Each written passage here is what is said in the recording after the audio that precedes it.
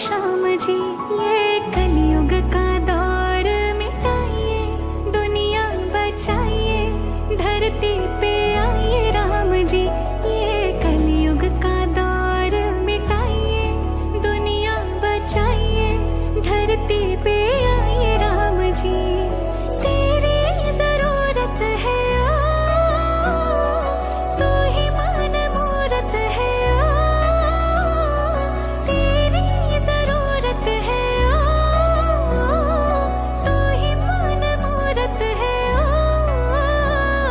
सीता माँ की बातें बताइए, लोरियां सुनाइए, कराइए सैर चारों धाम की, ये कलयुग का दौर मिटाइए, दुनिया बचाइए, धरती पे आइए राम जी।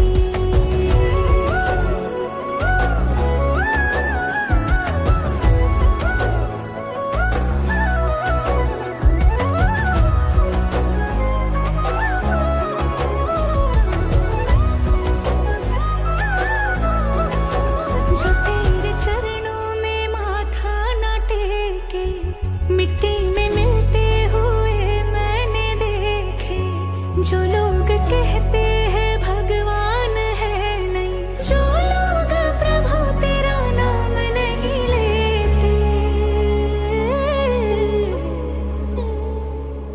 तीर कोई ऐसा चलाइए, अंधों को दिखाइए शक्ति प्रभु के नाम की, ये कलयुग का दौर मिटाइए, दुनिया बचाइए, धरती पे आइए राम जी।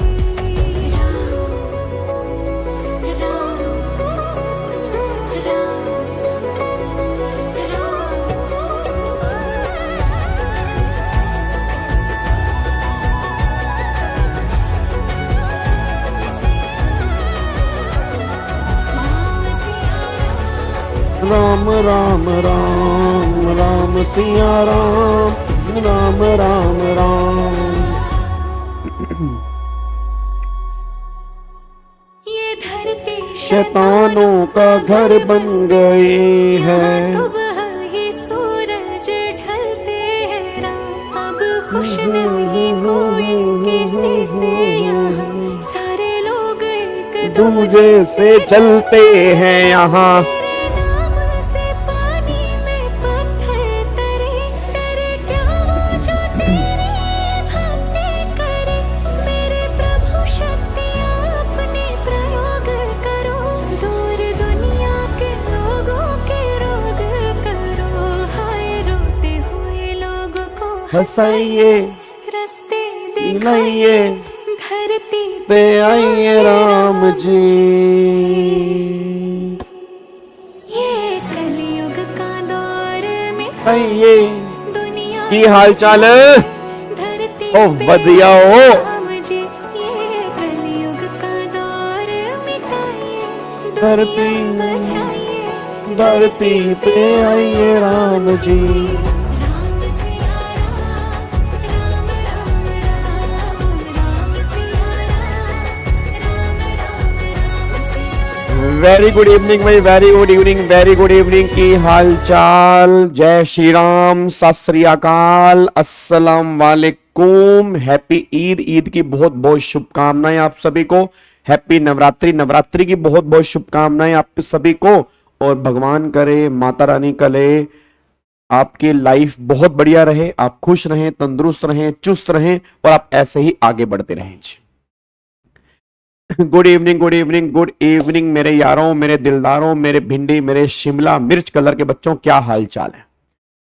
चलो बहुत बढ़िया जी, बहुत बढ़िया मेरे मेरे भिंडी कलर के बच्चों। सभी मोटिवेशन दे दो, आ जा मेरे जतिन, मैं तुम्हें मोटिवेशन देता हूं। तू कर सकता है, मैं कह रहा हूं तू कर सकता है, तेरे अंदर आ गया। तू अपने आप को पहचान, शीशे के सामने खुद को खड़ा कर और फिर उस आदमी को देख। जो आदमी तुझे शीशे में दिखेगा वही इंसान है जो बहुत कुछ कर सकता है। तू अपने ऊपर बिलीव कर। जब तू अपने ऊपर बिलीव करेगा दुनिया तेरे ऊपर बिलीव करेगी। Yes you can do it, yes yes yes you can do it. Yes मैं तुम्हारी बात कर रहा हूं, तुम कर सकते हो मेरे यार। तुम इस बार करके दिखा दो, अपने पेरेंट्स को प्राउड फील करवा दो मेरे यार, तुम बहुत कुछ कर सकते हो। बस ठीक है, मिल गया मोटिवेशन। चलो बहुत बढ़िया जी, बहुत बढ़िया बहुत बढ़िया बहुत बढ़िया। मोटिवेशन हमारे अंदर है। देखो इंटरनल मोटिवेशन अगर आपके अंदर है तो आप कोई भी चीज को फोड़ सकते हो। एक्सटर्नल मोटिवेशन क्या, 10 मिनट क्या, 15 मिनट क्या, बात खत्म जी। चलो अब एक बार सारे के सारे बच्चे फटाफट से आओ जी। अब आपको पता है कि आज हमारा सेशन जो है वो किसी चैप्टर का चार्जिंग सेक्शन नहीं है। जिन बच्चों के डाउट्स कमेंट बॉक्स में आए हुए थे उन बच्चों के डाउट्स मैंने यहाँ पे लिखे हैं, तो फटाफट से 1 बाय 1 उसको सोल्व करेंगे। और कल की क्लास से हम चैप्टर जो करेंगे वो करेंगे पीजीपीपी का। ठीक है, तो और वही बच्चे मेरे सामने बैठे हैं। आज हमें करने तो क्वेश्चंस हैं, ऑब्वियस सी बात है, आज हमें क्वेश्चंस करने हैं, बट वो क्वेश्चन करने हैं जिनमें कुछ कुछ बच्चों के डाउट्स हैं। तो अब जिनके डाउट्स नहीं है वो भी उस क्वेश्चन को देख लेंगे, जिनके डाउट्स हैं वो तो देखेंगे। तो ये वाला सेशन भी बहुत इंपॉर्टेंट होने वाला है, क्योंकि जो बच्चों ने डाउट्स पूछे हैं वो क्वेश्चन भी बहुत सारे हैं। ठीक है जी, चलो अब जितने भी डाउट है, जितने डाउट्स मैं आज ले पाऊंगा। अब ये नहीं है कि मैंने यहाँ पे लिख रखा है जिन जिन बच्चों के डाउट्स हैं। अगर आपका डाउट उसके अंदर आ गया फिर तो वेल एंड गुड है, अगर डाउट नहीं आया तो फिर हमें एक सेशन और लगाना पड़ेगा। ठीक है, बट कल से हम चैप्टर जो स्टार्ट कर रहे हैं वो चैप्टर स्टार्ट कर रहे हैं पीजीबीपी का। ठीक है, और उसके बाद फिर हम चैप्टर स्टार्ट करेंगे सैलरी का कर लेंगे या तो, ठीक है, या सैलरी से पहले टोटल मतलब सैलरी का कर लेंगे और फिर टोटल इनकम वाला कर लेंगे। ठीक है, चलो अब एक बार सारे बच्चे फटाफट से आ जाओ जी। एक बार सारे बच्चे फटाफट से आ जाओ, इधर देखो ध्यान से। अब मैं एक बार लाइव चैट को नहीं देख रहा यहाँ पे, और सबसे पहला क्वेश्चन जो हम यहाँ पे देखने जा रहे हैं वो क्वेश्चन जो कल हमने किया था उसमें कई बच्चों को डाउट आया था। बच्चा कहने लग रहा था कि गाबे के बच्चे तूने 50,000 रुपये माइनस कर दिया। 50,000 रुपये माइनस क्यों किया भाई? 50,000 रुपये जो है वो वहां पे माइनस क्यों किया वो हमें समझ में नहीं आया कि 50,000 आपने 40 लाख में से माइनस क्यों किया था, वो हमें समझ में नहीं आया। आपने 2.5 लाख माइनस क्यों नहीं किया? तो एक बार पहले फटाफट से वो डाउट्स मैं क्लियर कर देता हूं, ठीक है ना, क्योंकि उसमें कई बच्चों का डाउट था। तो एक बार पहले फटाफट से क्वेश्चन नंबर 20 आपको मैं दोबारा बता दूं। ये क्वेश्चन नंबर 20 जो है, ये क्वेश्चन नंबर 20 जो है वो लिक्विडेशन का है। अब लिक्विडेशन वाले केस में 2 केस होते हैं। लिक्विडेशन वाले केस में डीम्ड डिविडेंड की इनकम भी आती है और कैपिटल गेन की इनकम भी आती है।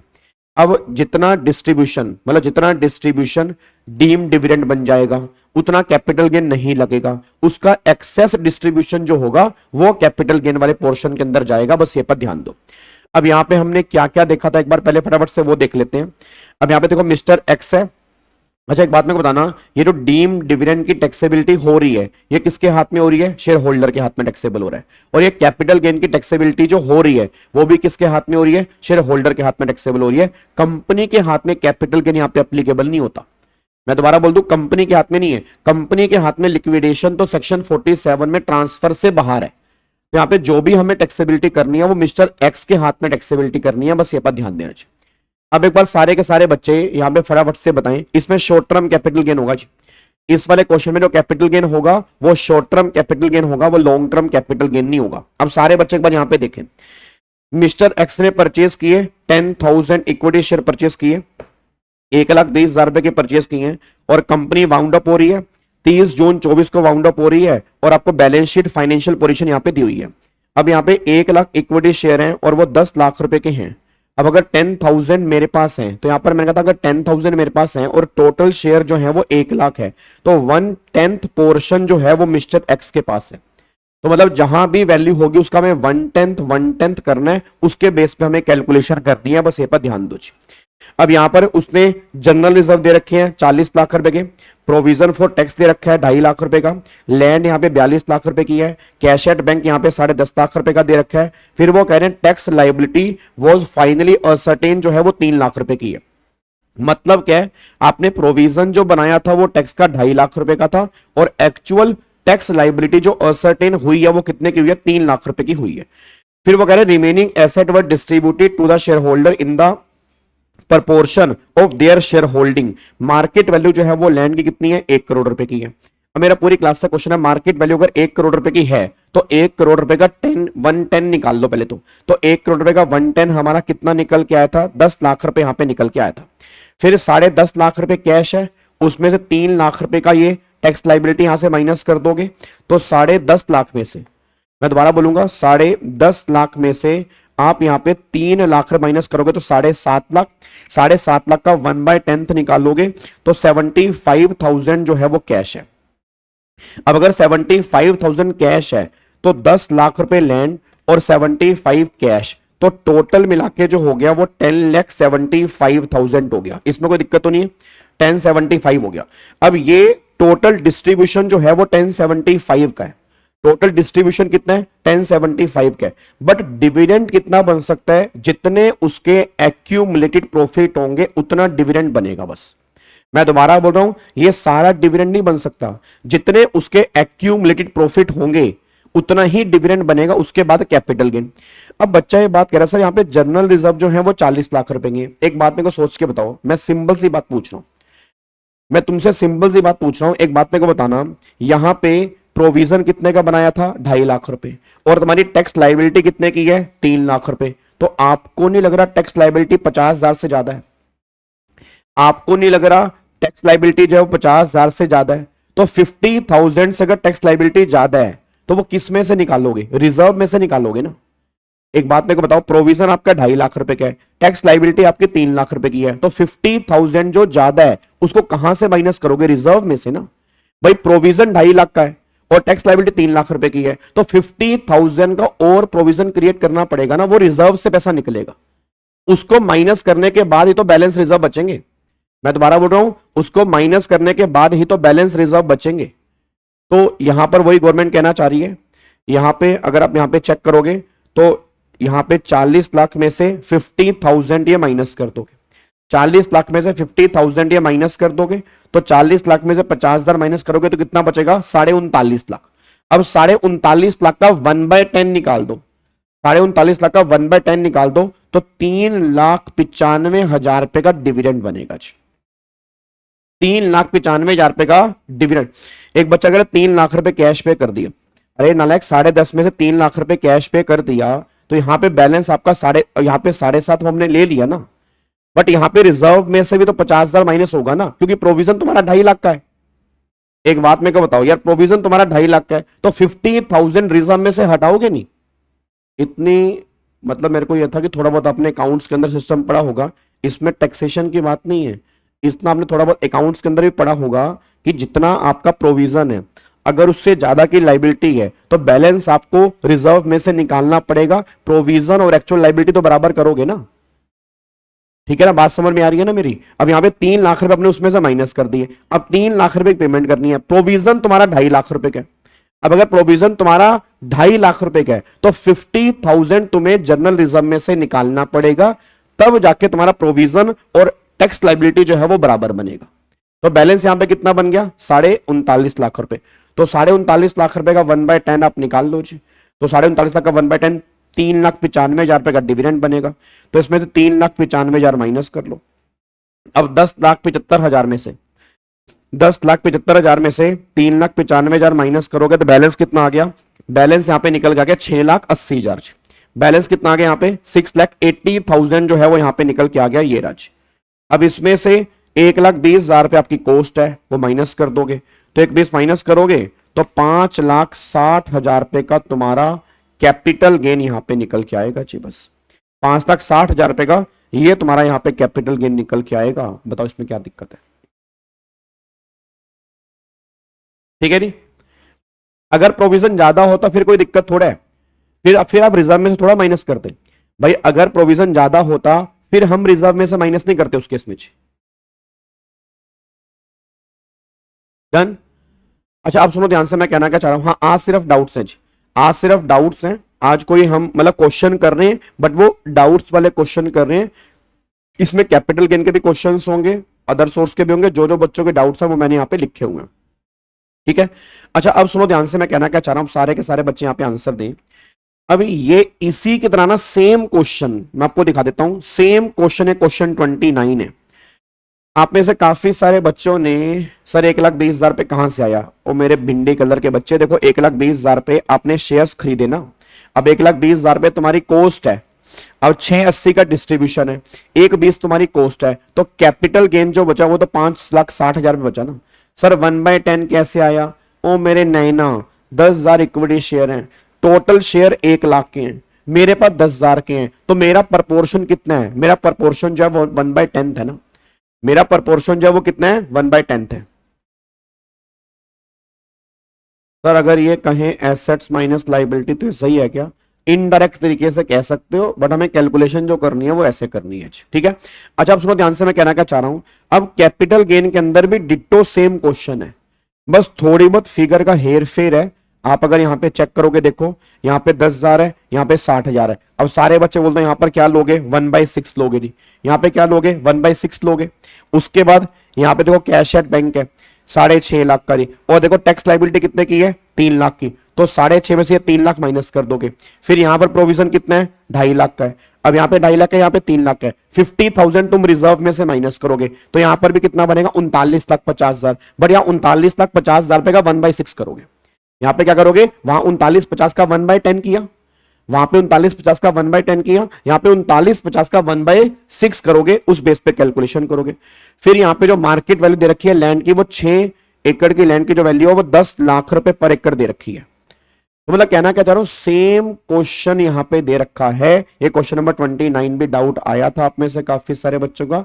बस इसमें फर्क एक है कि वहां पे शॉर्ट टर्म कैपिटल गेन आ रहा है, पहले यहां पे लॉन्ग टर्म कैपिटल गेन यहां पे निकल के आ रहा है। तो पहले यहां पे लॉन्ग टर्म कैपिटल गेन की कैलकुलेशन होगी, और लॉन्ग टर्म कैपिटल गेन वाले केस में इंडेक्सेशन होगा। शॉर्ट टर्म वाले केस में तो इंडेक्सेशन नहीं होता, बट लॉन्ग टर्म वाले केस में इंडेक्सेशन होगा, और इसीलिए आपको यहां पे इन्होंने इंडेक्स रेट यहां पे दे रखे हैं, बस ये पर ध्यान दीजिए। और इसका आंसर आप अगर नीचे करते रहोगे तो इसका आंसर आपको दिया हुआ है, आप अगर आंसर देखोगे तो बिल्कुल सेम लगेगा जो हमने वहां पर किया है। फर्क सिर्फ इतना सा कि वहां पर 1/10 की बातें हो रही है, यहां पर 1/6 की बातें हो रही है, थोड़ी बहुत ही फिगर इन्होंने चेंज की है, ऑलमोस्ट बातें सारी यहां पर सेम लिखी हुई है। और ये क्वेश्चन आपके अंदर एग्जाम के अंदर दोबारा से बन सकता है, ये बात ध्यान दीजिए। क्या बात मेरी समझ में आ रही है? तो एक बार इसका आंसर देखोगे आपको सब कुछ समझ में आ जाएगा। अब यहाँ पे ना एक बच्चे का डाउट जो था, ये क्वेश्चन नंबर 31 एक बच्चे का डाउट था जी। एक बार क्वेश्चन नंबर 31 सारे के सारे बच्चे फटाफट से एक बार क्वेश्चन नंबर 31 देखो जी। क्वेश्चन नंबर 31 में क्या है जी? आ जाओ। हेलो भाई साहब, सारे बच्चे इधर देखो जी। अब एक बार क्वेश्चन नंबर 31 देखते हैं। क्वेश्चन नंबर 31 क्या है? कह रहे mister Patel is a proprietor of star store since 20 May 2022। He has transfer his shop, उसने अपनी शॉप ट्रांसफर की है 1 अप्रैल 2024 को by way of slump sale. ये क्वेश्चन कौन सा है? स्लम सेल वाला है। कितने की बेची है? 40 लाख की बेची है। Professional fees and brokerage paid on for this sale 80,000 रुपए की। अब 40 लाख का सेल प्राइस है, 80,000 रुपए ईओटी है, तो नेट सेल प्राइस कितना आ गया जी? नेट सेल प्राइस यहां पे जो मेरा निकल के आ रहा है 40 लाख में से अगर मैं यहां पे 80,000 रुपए माइनस कर दूंगा तो 39,20,000 रुपए मेरा यहां पे नेट सेल प्राइस निकल के आ रहा है। 39,20,000 रुपए मेरा यहां पे नेट सेल प्राइस निकल के आ रहा है। उसके बाद देखो फिर यहां पे बैंक लोन 5 लाख का, क्रेडिटर 2.5 लाख के, अनसेक्योर्ड लोन 2 लाख का, टोटल 20 लाख। फिर बिल्डिंग 5 लाख की, फर्नीचर यहां पे 5 लाख के जी। उसके बाद डेटर्स यहां पे 2 लाख के, अदर एसेट जो है वो यहां पे 8 लाख की, ये 20 लाख का है जी। अब वो यहां पे अदर इंफॉर्मेशन दे रखी है, वो कह रहे हैं no individual value of any asset is consider in the transfer deed. अच्छी बात है क्योंकि स्लम सेल वाले केस में अलग वैल्यू निकालते भी नहीं है। अब वो कह रहे हैं अदर एसेट, जो ये अदर एसेट है ना ये वाली, कह रहे हैं other asset include trademark value 2 lakh रुपए as on 1/4/23 on which no depreciation has been provided. अब मेरा पूरी क्लास का क्वेश्चन है, सारे बच्चे आंसर देना।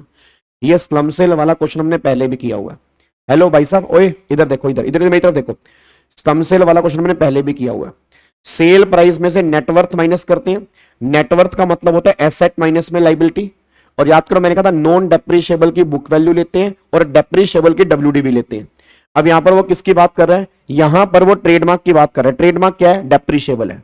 अब अगर डेप्रिशिएबल है तो उसकी डब्ल्यूडीवी लेंगे। अच्छा, अब उसने बेचा कब है? उसने बेचा जो है वो कब बेचा है? उसने बेचा है 1/4/24 को, और ये ट्रेडमार्क लिया कब है? 1/4/23 को। तो 1 साल का डेप्रिसिएशन जो है वो माइनस करना पड़ेगा 25%। तो यहां पे उसकी वैल्यू कितनी है? 2 लाख। तो 2 लाख में से 25% तुम यहां पे हटा दोगे तो 1.5 लाख रुपए का पेटेंट तुम्हारा यहां पर बचेगा जी। 1.5 लाख रुपए का पेटेंट तुम्हारा यहां पे बचेगा। उसके बाद देखो फिर यहां पे, उसके बाद फिर यहां पे क्वेश्चन नंबर 31, उसके बाद 31, हाँ ये रहा। उसके बाद फिर यहाँ पे नेक्स्ट पॉइंट क्या कह रहा है, कह रहा है फर्नीचर 1.5 लाख रुपए का परचेस किया 5/11/23 को, on which no depreciation has been provided. अब मेरे को सारे के सारे बच्चे बोल देना जी, फर्नीचर जो कह रहा है, फर्नीचर जो कह रहा है उसने बोला 1.5 लाख रुपए का लिया 5/11/23 को। अच्छा 5/11/23 को लिया, सोच के बोल देना हम 24-25 में बेच रहे हैं, 5/11/23 को लिया तो 23-24 में डेप्रिसिएशन लगेगा, बट 5 नवंबर को लिया तो फुल लगेगा या हाफ लगेगा, हाफ लगेगा। और रेट कितना है 10%, तो कितना लगेगा 5% लगेगा। तो 1.5 लाख में से आप अगर 5% यहां से माइनस कर दोगे तो साहब यहां पे 1.5 लाख में से अगर 5% माइनस करूंगा तो 1,42,500 रुपए की डब्ल्यूडीवी यहां पे निकल के आ रही है। ठीक है, 1,42,500 की डब्ल्यूडीवी यहां पे निकल के आ रही है। उसके बाद unsecured loan include 50,000 as advance receive from his wife which she was agree to waive off. अब कैपिटल गेन कंप्यूट कर दो। अब पहले मेरे को सारे बच्चे एसेट्स में से लाइबिलिटी निकाल के बताओ कि यहाँ पे नेटवर्थ कितना आएगा। एक बार निकाल के बताना नेटवर्थ कितना आएगा जी। तो पहले बताओ बिल्डिंग की वैल्यू कितनी है, बिल्डिंग की वैल्यू में दे रखी है 5 लाख रुपए। अब बताओ फर्नीचर, हाँ जी उसने बोला फर्नीचर जो है वो 1.5 लाख का परचेस किया, उस पर डेप्रीसिएशन क्लेम नहीं किया, तो फर्नीचर यहां पे कितना दे रखा है मैं फर्नीचर जी। तो फर्नीचर अगर मैं चेक करूंगा 5 लाख में से डेप्रीसिएशन जो निकल के आ रहा है, अच्छा एक फर्नीचर 1.5 लाख का परचेस किया था जिसपे अच्छा 1.5 लाख वाले पे क्लेम नहीं किया था, तो ये आपका डेप्रीसिएशन जो कितना आ गया 7500 का डेप्रीसिएशन आ गया। तो टोटल फर्नीचर कितना का है 5 लाख का है, तो 5 लाख में से 7500 रुपए का डेप्रीसिएशन माइनस कर दो तो बैलेंस आ गया 4,92,500। तो फर्नीचर आ गया 4,92,500। ठीक है जी। अब डेटर कितने आ गए जी, डेटर कितने आ गए, डेटर यहां पे 2 लाख रुपए के दे रखे हैं, ये पूरे ले लो।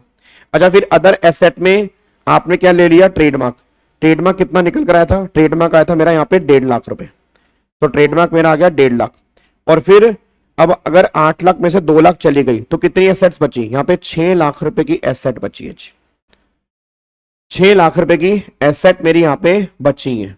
अब एक बार यहां पे आओ लाइबिलिटी में चेक करो जी। अब अगर मैं लाइबिलिटी में देखूंगा तो लाइबिलिटी मेरी यहां पे कितनी आ रही है जी, लाइबिलिटी मेरी यहां पे एक तो बैंक लोन यहां पे दे रखा है जी, बैंक लोन कितना आ रहा है यहां पे 5 लाख का, ये 5 लाख माइनस कर दो। उसके बाद फिर यहां पे क्रेडिटर्स 2.5 लाख रुपए के दे रखे हैं, तो ये 2.5 लाख रुपए के क्रेडिटर्स माइनस कर दो। फिर अनसेक्योर्ड लोन कितना दे रखा है 2 लाख रुपए का, और उसने बोला 50,000 जो है उसने वेव ऑफ कर दी है, तो बैलेंस कितना बच गया जी, बैलेंस यहां पे बच गया आपका 1,50,000 रुपए, इसको यहां से माइनस कर दो। अब एक बार यहां पे चेक करना कितना आएगा जी, तो 5 लाख प्लस में 4,92,500 प्लस में 2 लाख रुपए प्लस में 1.5 लाख रुपए प्लस में 6 लाख रुपए माइनस में 5 लाख रुपए माइनस में आपका यहां पे आएगा 2.5 लाख रुपए और माइनस में 1.5 लाख रुपए, तो 10,42,500 आ रहा है जी। एक बार चेक करना 10,42,500 आ रहा है। अर्पिता, पल्लवी, राखी सबका ऑलमोस्ट सेम ही आ रहा है, तो 10,42,500 की आपकी नेटवर्थ आ रही है जी। अब 10,42,500 की नेटवर्थ है तो 10,42,500 आप इसमें से माइनस कर दो जी।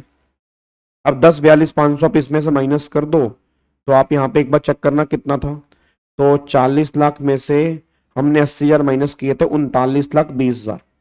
अब 39,20,000 में से हमने 10,42,500 माइनस करना है, तो 10,42,500 39,20 में से माइनस करेंगे तो कैपिटल गेन जो आएगा वो आएगा 28,77,500 रुपए, इतना आएगा जी।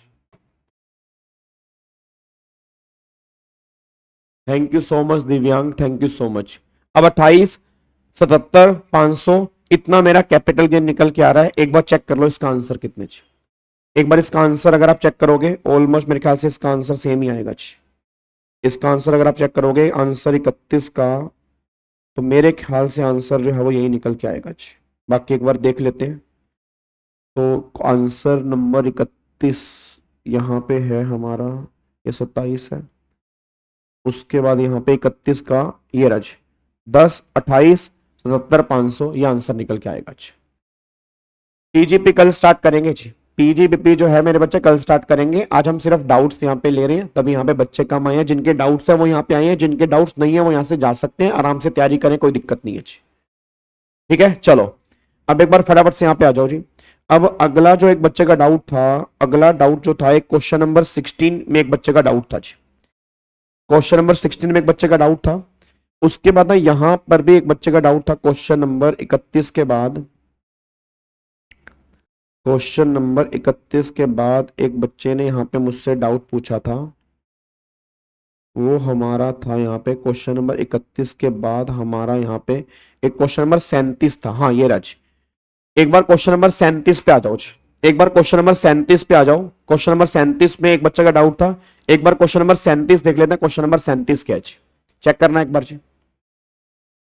रीमा एक बार पहले मैं सबके डाउट्स ले लूं जो मैंने लिखे हुए हैं, उसके बाद फिर मैं आपका डाउट्स देख लूंगा, ठीक है ना, क्योंकि जिन बच्चों ने भी कमेंट बॉक्स में लिखे हैं तो उनके डाउट्स मेरे लिए लेने अभी तो जरूरी हैं। वैसे डाउट सबके जरूरी हैं, बट मैंने कहा था कि जो कमेंट बॉक्स में लिखेगा मैं कोशिश करूंगा उन सबके डाउट्स लूंगा जी। सर 25% क्यों लिया? क्योंकि 25% इनटेंजिबल एसेट है, तो इनटेंजिबल एसेट पे डेप्रीसिएशन का रेट जो है 25% है। सर आज आपने टीडीएस वाला चैप्टर नहीं लिया ना? बिल्कुल लिया था। सुबह 11:30 बजे टीडीएस वाली क्लास थी, आप अगर चेक करोगे यूट्यूब पे क्लास वो होगी जी। ठीक है चलो अब एक बार फटाफट से आओ, एक बार क्वेश्चन नंबर 37 पढ़ो जी। एक बार क्वेश्चन नंबर 37 पढ़ो। वो कह रहा है mister Rajkumar sold a house to his friend to mister Dhruv on 1 June 24 को 25 लाख रुपए का। ठीक है, the sub registrar refuse to register the document for the said value as according to him stamp duty had to be paid on 45 lakh, which was the government guideline value. Mr. Rajkumar preferred an appeal to the revenue divisional officer who fixed the value of the house as 32 lakh. उसने value fix की 32 लाख रुपए की, 22 लाख रुपए की land की है, मतलब 22 लाख रुपए की लैंड की वैल्यू है और बैलेंस वैल्यू जो है वो बिल्डिंग वाले पोर्शन की है। अब एक बात मेरे को बताओ, अगर दोनों की वैल्यू सेम है फिर तो capital gain land and building पे इकट्ठा निकाल दोगे। सर फर्नीचर वाला बता दीजिए। दीप्ति देखो, उसने 23 नवंबर 23 को परचेस किया। अब 23 नवंबर 23 को परचेस किया तो नवंबर से मार्च जो उसने यूज किया वो less than 180 days furniture use हुआ। फर्नीचर पर रेट 10% है, जब यूज लेस देन 180 डेज हुआ तो कितना मिलेगा? हाफ मिलेगा। तो वही बात तो वहां पे की है मैंने। आप डेट चेक करो ना, डेट उसने परचेस कब किया है? डेट उसने परचेस किया है 23 नवंबर 23 को, सॉरी आई थिंक मतलब 15 नवंबर 23 को, तो नवंबर से लेके मार्च वो लेस देन 180 है। ठीक है चलो अब एक बार फटाफट से आओ। तो यहां पे उसने 22 लाख रुपए लैंड की बोली है और बैलेंस वैल्यू बोली है बिल्डिंग की। अब एक बात मैं बताओ, लैंड की वैल्यू अलग है, बिल्डिंग की वैल्यू अलग है, तो आप दोनों का कैपिटल गेन यहां पे एक साथ नहीं निकालोगे। यहां पे लैंड का कैपिटल गेन अलग निकलेगा, बिल्डिंग का कैपिटल गेन अलग निकलेगा। अब आगे देखो, फिर वो कह रहा है differential stamp duty was paid accepting the said value determined. फिर what are the tax implication for mister Rajkumar and mister Dhruv for assessment year 25-26। Mister Rajkumar has purchase land, उसने परचेज की 1/6/11 को 5/19 की and complete the construction of the house 1 दिसंबर 22 को और वो 14 लाख रुपए, और उसने कॉस्ट इन्फ्लेशन इंडेक्स आपको दे रखे हैं। वो कह रहा है कैपिटल गेन निकाल दो। पहले मेरे को सारे बच्चे एक बात बताओ, ये क्वेश्चन 50C का है, ये क्वेश्चन 50C का है। पहले एक बात बताना, जितने बच्चे मेरे सामने बैठे हैं आपको कुछ याद आ रहा है कि हमने 50C में एक पॉइंट पढ़ा था कि अगर हमें लगता है कि stamp duty value fair market value से ज्यादा है तो हमें 2 ऑप्शन मिलते हैं, या तो हाई कोर्ट सुप्रीम कोर्ट में अपील कर दो या वैल्यूएशन ऑफिसर के पास चले जाओ, और जो वैल्यू वो बताएंगे उस वैल्यू को अपनी वैल्यू मान लेना, बट वो एसडीवी से ज्यादा नहीं होनी चाहिए और एक्चुअल सेल प्राइस से कम नहीं होनी चाहिए। अब ये वही वाला केस है, ये वही वाला केस है। यहां पे चेक करो, उसने कहा जी मैंने 25 लाख का बेचा और डिपार्टमेंट कह रहा है तेरी स्टैंप ड्यूटी जो तूने दिया 45 लाख पे दी है। फिर मैंने अपील कर दी, मेरी इतनी वैल्यू तो है ही नहीं। फिर उसने मेरी वैल्यू निकाली 32 लाख रुपए। अब उसने मेरी वैल्यू निकाली 32 लाख, वो कह रहा है 22 लाख तो लैंड की है और 10 लाख रुपए तेरी बिल्डिंग की है। तो जो वैल्यू उसने निकाली है ना, वो हमारा अब सेल प्राइस बनेगा। ये बात ध्यान देना। अगर ये 32 लाख की बजाय कहता 55 लाख रुपए, फिर एसडीवी जो 45 लाख है उसके बेस पे कैलकुलेशन करते हैं। तो ये वो वाला पार्ट है 50C का। एक बार डायग्राम चेक करना, ये तो मैंने डायग्राम में लिखवाया होगा कि अगर जो वैल्यू अथॉरिटी डिटरमाइन करेगी उसी वैल्यू को हम बेस बना लेंगे, बट वो वैल्यू स्टैंप ड्यूटी वैल्यू से कम होनी चाहिए और एक्चुअल सेल प्राइस से ज्यादा होनी चाहिए जी।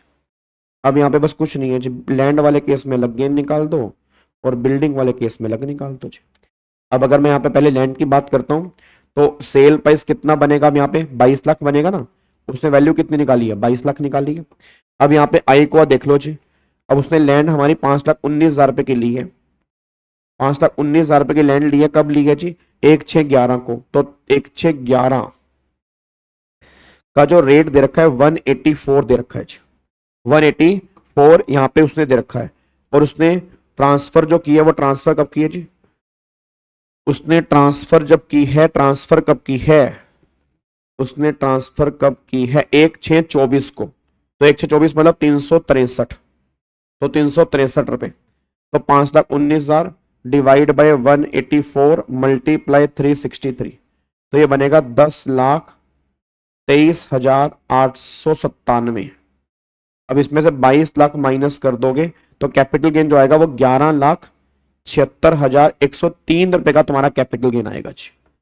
ठीक है जी, ये आपका लॉन्ग टर्म कैपिटल गेन आएगा लैंड वाले पोर्शन पे, लैंड वाले पोर्शन पे जी। ठीक है जी, लैंड वाले पोर्शन में इतना तुम्हारा कैपिटल गेन निकल के आएगा। अब यहां पे बिल्डिंग वाले केस में आ जाओ जी। अब अगर मैं बिल्डिंग वाले केस की बात करता हूं तो बिल्डिंग वाले केस में सेल प्राइस क्या बनेगा, अगर आप यहां पे चेक करोगे तो बिल्डिंग वाले केस में सेल प्राइस जो बनेगा वो यहां पे 22 लाख तो लैंड की है, 10 लाख बिल्डिंग की, तो यहां पे 10 लाख लेके चल लो जी। और अब अगर उसने बोला लैंड जो उसने परचेस की है वो उसने परचेस की है 5,19,000 की 11 को, और complete the construction of the house 1/12/22 को। अब 1/12/22 और बेचा उसने है 1 जून 24 को। तो मेरे ख्याल से तो यहां पे शॉर्ट टर्म कैपिटल गेन आएंगे 1/12/22, 1/12/23, 1/12/24। तो बिल्डिंग वाले केस में 24 महीने होते हैं, तो 24 महीने से पहले उसने बेच दी क्योंकि कंस्ट्रक्शन यहां पे कंप्लीट हुई है और उसने बेची यहां पे है 1/6/24 को। तो शॉर्ट टर्म कैपिटल गेन आएंगे, तो इंडेक्सेशन तो करेंगे नहीं, तो यहाँ पे कॉस्ट जो बनेगी वो कितनी बनेगी, 14 लाख रुपए की यहाँ पे कॉस्ट बन रही है। 14 लाख रुपए की यहाँ पे कॉस्ट बन रही है, तो 4 लाख रुपए का तुम्हारा यहाँ पे शॉर्ट टर्म कैपिटल लॉस निकल के आएगा। अब मेरे को सारे बच्चे बोल दो ये तुम्हारा शॉर्ट टर्म कैपिटल लॉस है और वो तुम्हारा लॉन्ग टर्म कैपिटल गेन है, तो क्या short term loss long term capital gain से खत्म हो सकता है? क्या short term loss long term capital gain से खत्म हो सकता है? बिल्कुल हो सकता है जी। तो 4 लाख रुपए को उससे खत्म कर दो। तो अगर मैं 4 लाख रुपए इससे खत्म करूंगा तो बैलेंस आएगा 7,76,103 रुपए। ये मेरा नेट कैपिटल गेन आएगा जी। ये मेरा नेट कैपिटल गेन जो है वो यहां पे निकल कर आएगा। ये क्वेश्चन आपका डाउट था एक बच्चे का जी, क्या इसको लॉक कर सकते हैं जी? पक्का पक्का, चलो बहुत बढ़िया जी, वेरी गुड, बहुत बढ़िया, वेरी गुड। अच्छा, अब एक बार अगले पॉइंट के ऊपर आ जाओ जी। अब यहां पे इस क्वेश्चन के अलावा एक बच्चे का और यहां पे डाउट था, वो डाउट था यहां पे क्वेश्चन नंबर 51, ये राज, ये क्वेश्चन नंबर 51 एक बच्चे का डाउट था। एक बार क्वेश्चन नंबर 51 पढ़ना सारे जी, एक बार सारे के सारे बच्चे क्वेश्चन नंबर 51 मुझे पढ़ के बता दो। क्वेश्चन नंबर 51 इंपॉर्टेंट क्वेश्चन है जी, क्वेश्चन नंबर 51 इंपॉर्टेंट क्वेश्चन है, ध्यान रखना जी। क्वेश्चन नंबर 51 इंपॉर्टेंट क्वेश्चन है, ठीक है। एक बार सारे बच्चे फटाफट से क्वेश्चन नंबर 51 के ऊपर आओ। कह रहा है मिस्टर मार्टिन, अच्छा मैं दोबारा कह रहा हूं, कल टीजीबीपी के क्वेश्चन होंगे, मिस मत कर देना कल वाली क्लास। देखो अगर मुझे यही हालात दिखे ना कल, तो मैं कल क्लास प्राइवेट कर दूंगा, क्योंकि देखो अगर आप इंटरेस्टेड नहीं हो, मैं बता रहा हूं, मेरी बात का बुरा मत मानना, अगर आप इंटरेस्टेड नहीं हो क्वेश्चन की प्रैक्टिस करने में, फिर फायदा क्या? फिर तो वही पुराना तरीका यूज कर लेते हैं, प्रोविजन पढ़ो, रट्टे मारो, रट्टे मारो, प्रोविजन पढ़ो, 6 महीने वेट करो, फिर प्रोविजन पढ़ो, फिर रट्टे मारो, फिर 6 महीने का वेट करो, फिर प्रोविजन पढ़ो, फिर रट्टे मारो, फिर 6 महीने का वेट करो, फिर क्वेश्चन करो, फिर क्लियर करो। क्योंकि कई बार होता है ना कि पहले टाइम में क्लियर हमें खुद ही नहीं करना, भाई हमें थोड़ा सा एक्सपीरियंस लेना है, एक बार हमें मजे लेने हैं पेपर कैसा बनता है। तो अगर वो कहानी तुम्हारी चल रही है तो बहुत गलत डायरेक्शन में तुम जा रहे हो। मैं चाहता हूं तुम फर्स्ट अटेम्प्ट के अंदर निकाल लो। बच्चा कह रहे हैं हमने खुद ही नहीं निकालना, मतलब कमाल की बात है वैसे। तो कल मैं क्लास प्राइवेट करूंगा जी, सिंपल सी बात है ये, ठीक है ना। क्योंकि यार देखो अगर आप सिंसियर नहीं हो ना फिर पढ़ाने का फायदा है क्या यार। ये क्वेश्चन मेरे को थोड़ा करने हैं भाई, मेरे घर में मैं बता रहा हूं, मेरे घर में डिग्री पड़ी है बहुत बढ़िया, उस पर लिखा हुआ है सीए विवेक गावा, मई 2013। मेरे को भाई साहब 12 साल होने वाले हैं सीए बने हुए। ये प्रैक्टिस मुझे नहीं करनी है, प्रैक्टिस तुम्हें करनी है। ये प्रैक्टिस मैं अपने लिए नहीं कर रहा, ये प्रैक्टिस तुम्हारे लिए कर रहा हूं, बात समझ रहे हो। और जब मैं प्रैक्टिस करवा रहा हूं तो भी तुम नहीं आ रहे, जब नहीं करवाऊंगा फिर तुम लिखोगे सर प्रैक्टिस नहीं करवाते, नालायक। लिखो यहां पे जी। आज की क्लास में इसलिए छोड़ रहा हूं कि चलो डाउट सेशन है, कोई दिक्कत वाली बात नहीं है, सबके डाउट्स होते नहीं है, बट कल की क्लास से आने वाले जितने भी सेशन होंगे यहां बच्चा मिस नहीं करेगा, बस ये पर ध्यान देना चाहिए। क्या बात मेरी समझ में आ रही है ना। चलो अब एक बार सारे के सारे बच्चे यहां पे देखो। वो कह रहे mister Martin sold his residential house 8 जून 24 को उसने घर बेचा, 70 लाख रुपए का उसने घर बेचा, ठीक है। It was purchase by him 20.5 lakh रुपए ऑन 5/5/2006 को। तो 5/5/2006 को उसने 20.5 लाख रुपए का बेचा। ही पेड 1 लाख रुपए as brokerage for the sale of said property. अब एक बात मैं बताऊं, उसने 1 लाख रुपए उसने ब्रोकरेज दी सेल पर, तो 1 लाख रुपए अगर मैं माइनस कर दूंगा तो मेरा ईओटी निकल के आ जाएगा। Stamp duty value assessed by sub registrar was 95 lakh. He bought another house property 25 दिसंबर 24 को 15 लाख रुपए। अब उसने नई हाउस प्रॉपर्टी ले ली 15 लाख की, तो सेक्शन 54 में घर बेच के घर लिया तो 54 में उसको एग्जम्पशन मिल सकती है। उसके बाद ही डिपॉजिट 10 लाख रुपए on 10 November 24 in the bonds of national highways authorities of India. याद है सेक्शन 54 ईसी, सेक्शन 54 ईसी। अगर मैंने एनएचआई या आरईसीएल के बॉन्ड्स में इन्वेस्टमेंट की है 6 महीने के अंदर ट्रांसफर के, तो 54 ईसी में मेरे को एग्जम्पशन मिल जाती है। ही डिपॉजिट अनदर 5 लाख रुपए 10 जुलाई 25 को in the capital gain deposit scheme, याद है सीजीएएस। अब उसने रिटर्न की ड्यू डेट से पहले 5 लाख रुपए जमा करवा दिए, तो हम ये मान लेंगे उसने इन्वेस्ट कर दिए। तो अगर हमें मान लेंगे उसने इन्वेस्ट कर दिए तो इसकी भी वो एग्जम्पशन क्लेम कर सकता है, ठीक है। फिर उसने बोला कैपिटल गेन निकाल दो एज पर इनकम टैक्स। और कमाल की बात देखो, आप इनकम टैक्स पेबल भी निकाल दो on the assumption has no other income, उसकी कोई अदर इनकम नहीं है। इट मींस अगर अदर इनकम नहीं है, वो कह रहे हैं अगर अदर इनकम नहीं है तो यहां से समझ लो बची हुई एग्जम्पशन लिमिट यूज हो सकती है। यहां से ये समझ लो बची हुई एग्जम्पशन लिमिट यूज हो सकती है, क्योंकि उसने बोला ना अदर इनकम नहीं है, तो अदर इनकम नहीं है तो सारी एग्जम्पशन लिमिट मेरी बची हुई है जी। अब कॉस्ट इन्फ्लेशन इंडेक्स 6/7 का 122 है, 24/25 का 363 है, और हम ये एज्यूम कर रहे हैं कि नॉर्मल स्कीम है, तो नॉर्मल स्कीम के बेस पे कैलकुलेशन करेंगे जी। अब पहले मेरे को बताओ सेल प्राइस क्या बनेगा, सारे बच्चे बोलो सेल प्राइस क्या बनेगा, 70 लाख बनेगा या 95 लाख बनेगा। ऑब्वियस सी बात है 95 बनेगा, क्योंकि मेरी stamp duty value sale price के 110% से ज्यादा है, तो स्टैंप ड्यूटी वैल्यू मेरा सेल प्राइस बन जाएगा जी। तो 95 लाख रुपए मेरा सेल प्राइस बनेगा। इसमें कॉस्ट देख लो, कॉस्ट कितनी आएगी, 20.5 लाख रुपए कॉस्ट है, तो पहले 95 लाख में से कॉस्ट यहां माइनस करो, कितनी आएगी 20.5 लाख डिवाइड बाय 122 मल्टीप्लाई 363, तो आएगा 60,99,590, ये मेरा यहां पे निकल के आ गया। फिर यहां पे 1 लाख रुपए मेरे को ईओटी यहां पे दे रखा है, तो अब यहां पे एक बार चेक करना और कुछ तो नहीं है, तो इसमें से 1 लाख और जोड़ दूंगा, 95 लाख में से माइनस करूंगा, तो यहां पे मेरा जो कैपिटल गेन आएगा वो कितना आएगा 95 लाख माइनस 60,99,590 माइनस में 1 लाख रुपए, तो ये 33 लाख आ रहा है जी। यार है 33 लाख कितना निकल रहा है 33,00,410 जी। ब्रोकरेज मैंने माइनस कर दिया 1 लाख रुपए, तो 33,00,410 मेरा यहां पर ये कैपिटल गेन निकल के आ रहा है जी। यही आ रहा है तुम्हारा भी। अब इसमें से एग्जम्पशन बताओ जी। अब एग्जम्पशन एक तो 15 लाख की है 54 में, और जो उसने कैपिटल गेन अकाउंट स्कीम के अंदर 5 लाख रुपए जमा करवा दिए रिटर्न फाइलिंग की ड्यू डेट से पहले, तो वो भी होगी 15 और 5 20, और फिर ये 10 लाख रुपए 54 ईसी के अंदर आएगा, तो 15 और 5 20 और 10 30 लाख रुपए की मेरे को एग्जामिशन मिलेगी टोटल मिला के, अगर आप मेरी बात समझ पा रहे हैं। क्या बात मेरी समझ में आ रही है जी? पक्का पक्का। तो यहां पर अगर मैं बात करता हूं 54 प्लस में 54 ईसी को मिला के 30 लाख रुपए की मुझे एग्जामिशन मिलेगी। तो अगर इसमें से मैं 30 लाख रुपए माइनस कर दूंगा तो साहब मेरा कितना बचेगा? 3,410 रुपए। ये मेरा कैपिटल गेन आ गया। अब मेरे को सारे बच्चे बोलना ये इनकम है, अदर इनकम 0 है, तो 2.5 लाख रुपए की मेरी अनएग्जॉस्टेड एग्जामिशन लिमिट है। याद है 2.5 लाख रुपए की मेरी एग्जामिशन लिमिट बची हुई है। तो इसमें से पहले वो 2.5 लाख रुपए की एग्जामिशन लिमिट माइनस कर दो। क्यों माइनस कर दो? क्योंकि उसने बोला अदर इनकम नहीं है, तो अदर इनकम नहीं है तो पूरी मेरी 2.5 लाख की लिमिट बची है। अब अगर मेरी पूरी 2.5 लाख की लिमिट बची है तो उसको यूज करूंगा, उसको यूज करूंगा।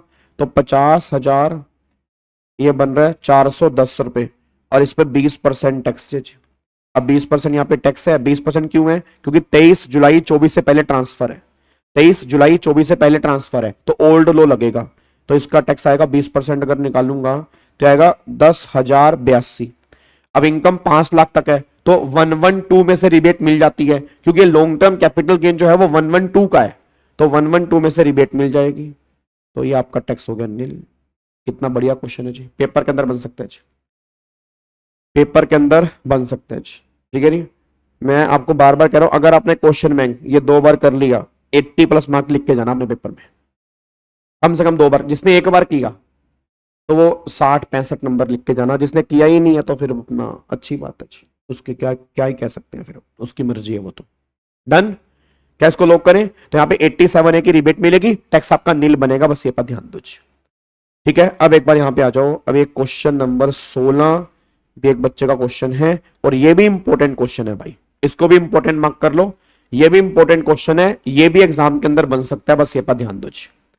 ये भी क्वेश्चन बहुत इंपॉर्टेंट है और ये भी तुम्हारे एग्जाम के अंदर बन सकता है। एक बार क्वेश्चन 16 सारे के सारे बच्चे पढ़ना स्टार्ट करो। क्वेश्चन नंबर 16 क्या जी? अरे क्वेश्चन नंबर 16 ना आपकी बुक में भी दिया हुआ है, अगर आप चेक करोगे क्वेश्चन नंबर 16 जो है वो आपकी बुक के अंदर भी दिया हुआ है, और क्वेश्चन नंबर 16 इंपॉर्टेंट है। क्वेश्चन नंबर 16 जो है वो इंपॉर्टेंट क्वेश्चन है, चेक करो वो क्या है जी।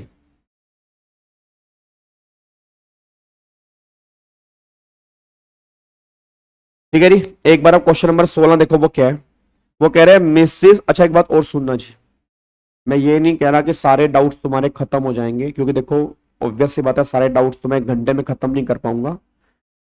अगर आपके डाउट्स बच रहे हैं लिख के रखो। अब हम क्या करेंगे, हर संडे ऐसे डाउट सेशन लिया करेंगे, ठीक है ना? हर संडे, 1 महीने में 4 संडे होते हैं, तो मैं अगर 4 संडे डाउट सेशन लूंगा तो ऑटोमेटिकली आपके सारे डाउट्स खत्म हो जाएंगे। बात मेरे समझ में आ रही है ना? तो लिख के रखो, और कोई बड़ी बात नहीं मैं संडे से पहले भी ले लूं, कोई बड़ी बात नहीं, संडे से मैं पहले भी ले लूं, पर हर संडे डाउट सेशन फिक्स है भाई। क्लास जो होगी वो मंडे टू सैटरडे होगी, प्रैक्टिस सेशन वाली, हर संडे डाउट सेशन फिक्स है। ठीक है, चलो अब एक बार फटाफट से आओ। अब एक क्वेश्चन नंबर 16 बहुत इंपॉर्टेंट है जी, क्वेश्चन नंबर 16 बहुत इंपॉर्टेंट है। वो कह रहे हैं mrs Harshita purchase a land at a cost of 35 lakh रुपए in the financial year 4-5 and held the same as her capital asset till 20 March 24। उसने 20 मार्च 24 तक ना इस लैंड को उसने होल्ड किया एज कैपिटल एसेट। फिर क्या हुआ, उसने बोला she started her real estate business 21 मार्च 24 को। अब 21 मार्च 24 को उसने धंधा खोल दिया रियल एस्टेट का। जब उसने धंधा खोला रियल एस्टेट का तो उसने क्या किया, converted the said land into stock in trade. उसने इसको स्टॉक इन ट्रेड में कन्वर्ट कर दिया, और her business the same date when the fair market value जो 210 लाख रुपए है। अब जिस दिन कन्वर्ट किया उस दिन की फेयर मार्केट वैल्यू 210 लाख रुपए है। तो सारे बच्चे बोल दो सेल प्राइस क्या बनेगा, सेल प्राइस बनेगा जिस दिन कन्वर्ट किया उस दिन की एफएमबी जो है वो कैपिटल गेन का सेल प्राइस है। तो सेल प्राइस क्या बनेगा, 210 लाख रुपए। ठीक है जी, अब आगे देखो जी, आगे देखो आगे देखो आगे देखो जी। अब एक बार फटाफट से आओ। शी कंस्ट्रक्टेड, ध्यान से, she constructed 15 flat of equal size. अब उसने क्या किया, उस पे 15 फ्लैट बनाए इक्वल साइज के। अब अगर 15 फ्लैट बनाए इक्वल साइज के, quality and dimension, cost of the construction of each flat is 10 lakh रुपए। हर फ्लैट की जो कॉस्ट है वो 10 लाख रुपए है। Construction was completed in Feb 2025। Construction completed Feb 2025 में। She sold 10 flat at 30 lakh per flat इन मार्च 2025। मेरा पूरी क्लास से क्वेश्चन है, उसने फ्लैट कितने बनाए हैं जी?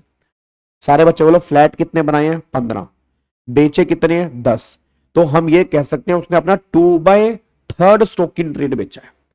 भाई जो ये 15 फ्लैट है, ये 15 फ्लैट उसके हाथ में क्या? स्टॉक इन ट्रेड है ना, क्योंकि अब तो वो डीलर बन गया। अब जब वो डीलर बन गया उसके हाथ में फ्लैट क्या बन गए? स्टॉक इन ट्रेड बन गए। जब फ्लैट स्टॉक इन ट्रेड बन गए तो 15 में से 10 फ्लैट उसने बेचे हैं, तो 15 में से 10 बेचे तो कहना ही से उसने अपना स्टॉक इन ट्रेड जो है वो 2/3 बेचा।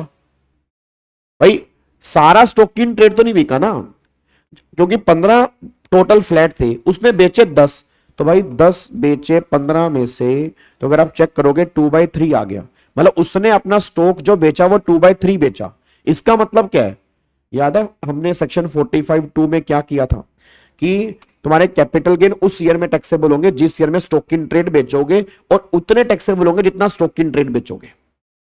अब क्या यहां पे तुमने सारा स्टॉक इन ट्रेड बेचा है? नहीं। कितना बेचा? 2/3। तो तुम्हारे कैपिटल गेन की टैक्सेबिलिटी जो होगी वो 2/3 के बेस पे होगी। यहां पे बात ध्यान देना, यहां पे ये गलती आप एग्जाम के अंदर कर सकते हो कि पूरा कैपिटल गेन यहां पे लेके जाओ, नहीं, क्योंकि 2/3 स्टॉक इन ट्रेड बेचा, तो जितना स्टॉक इन ट्रेड बेचा है उसके बेस पे ही कैपिटल गेन टैक्सेबल होंगे, बस ये पर ध्यान देना चाहिए।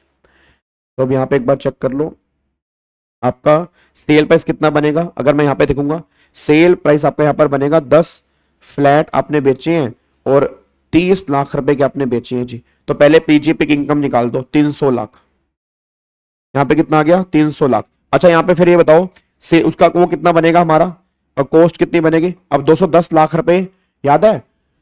हेलो भाई साहब, ओए चिंटू इधर देखो ध्यान से, याद है पीजीपी के लिए कॉस्ट क्या बनती है? जो कैपिटल गेन का सेल प्राइस होता है वही कॉस्ट बनती है पीजीपी के लिए। अब मेरे को सारे बच्चे बोल देना उसकी एफएमवी 210 लाख रुपए है, ये कैपिटल गेन का सेल प्राइस बनेगा और ये कॉस्ट बनेगी पीजीपी के लिए, बट सारी नहीं।